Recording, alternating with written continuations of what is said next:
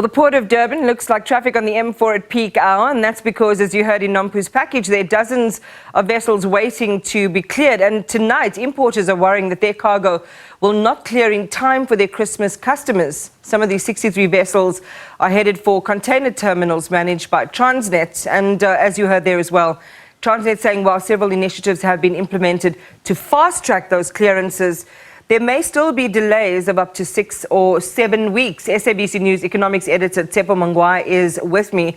Good evening, Tshepo. This is really something, as we heard as well, that could have been better planned for. A crisis that could have been averted. Transnet's now scrambling into action. However, we're not going to have quick turnarounds, this week or next week. Yeah, and what's surprising, Transnet is telling us that it comes as no surprise. It's been a ticking time bomb. Infrastructure is very old. There hasn't been investment in their own infrastructure. So at some point, this was going to happen. It happened at a peak time because I suppose when there's more traffic, it exposed all the cracks that have been covered throughout the year. And it's frustrating. I'm sure it's frustrating for many businesses that are waiting to receive their cargo, available goods in order to conduct business. And many are preparing for the new year in terms of goods that they know they would need. But also, I mean, some suppliers are waiting for those various suppliers to supply now over the Christmas period. This is when they make a lot of their sales. I'm sure there are some, but many retailers tend to plan ahead in terms of demands, unless if this backlog has been ongoing for quite some time.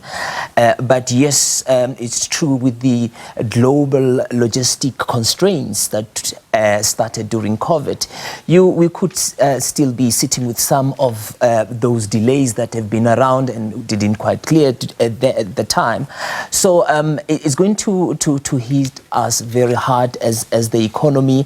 But what's also important is that the region, the SADC region, relies on our ports, especially Durban, with capacity to handle about 50% of our shipping vessels going into neighboring countries.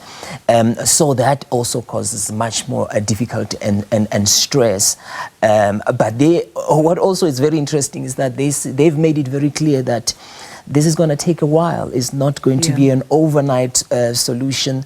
There are a lot of moving parts in terms of getting this machine going, and many of them are not synchronized. So they say in terms of low-hanging fruit, 12 to 18 months. But the rest is going to take a while. They need to get this crane, replace them, technology. There hasn't been much investment in terms of automation in terms of machines. It's still manual. And getting the people to do what they're supposed to do as well. Well, we'll speak to the Freight Forwarders Association in just a moment, well, in the next segment, actually, to find out more granularly what the impact has been. I know that introduction was hyperbolic, but in this field of, sea freight, it certainly is a massive backlog. And one of the other impacts that is going to sort of come down a few steps down the line are the surcharges that some of these shipping lines and companies are likely to charge as well. Yeah, they're going to impose those fines. Remember, I mean, the shipping industry operates around the world, and they have to be at a particular point on a particular day. And if the port is not ready to handle their cargo, that affects their schedule, global schedule. And the countries that have nothing to do with our unfortunate situations get affected, and they are starting to be perceived as not being reliable shipping company, and that affect on their reputation. So they will at some point have to impose those charges. A lot of fates intertwined here. Before I let you go, though, I want to ask about the Development Bank of South Africa. And becoming the implementation agency for a number of projects from public works that have been passed on. There is a really concerning trend and behavior, Tshepo, that we've talked about a lot for the last while that is really coming to the fore right now, and I'd love for you to share that with our viewers? This I was approached by some business people. Many of them, they're doing business for government and their service providers and contractors. And out of those engagement, it started to get me thinking, especially on issue of corruption, because there is this thinking, especially among businesses, that some business, I must say, that you have to pay a bribe in order to do business with government. And many of them end up being victims of the very same thing. And at times they didn't have to pay as such.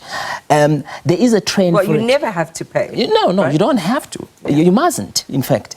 So you'd find that when a company is a preferred bidder in a contract, someone somehow who has first-hand information will call that company and say, you are going to be awarded this particular contract. So in order for for everything to go well, please give me so much money. If you don't do that, then things might not go well. But because of that perception, people end up paying that. Sometimes it's not someone who is involved in that particular value chain or procurement process and doesn't even have a say in terms of signature and so forth. They end up paying that amount of money. Are things better under the DBSA? Well, from those discussions, there are delays in terms of projects, especially schools and clinic. Some of the projects have been delayed, but there's also a perception that perhaps some of them actually confessed to me and said, we have been approached that we need to pay something. But because the problem is some of them have agreed to those terms, they can't come out now and say, well, I can't pay now and all that. And they end up with payments that are withheld and delayed for the longest time. And as you say, we have heard this for a long time, but is anyone going to report anyone? Some of these businesses that you've spoken to, do they feel that they can go and lay a charge, open a charge? Absolutely Too not. dangerous? Absolutely not. What's the risk? The risk is if you've been part of the problem, you've been, your hands are not clean as well because you've agreed to these payments. You're not happy about it. You are concerned because it eats into your revenue. And it also becomes, as the media, very difficult to cover such stories because you need people to come out and they are not coming out because they're like, well, can't you see what you can do? This is what's happening because I don't want to lose this contract. This is my livelihood. Yeah. Tshepo, hopefully, there is an investigative expose or something that comes out in the next couple of months as more people feel safe enough and emboldened enough to call this out, because if we don't arrest it right now, we become so gridlocked like many other countries and developing economies around the world where literally nothing moves unless there's an exchange of some gift or favor. We'll definitely try to do our own investigation and see if we can find a way.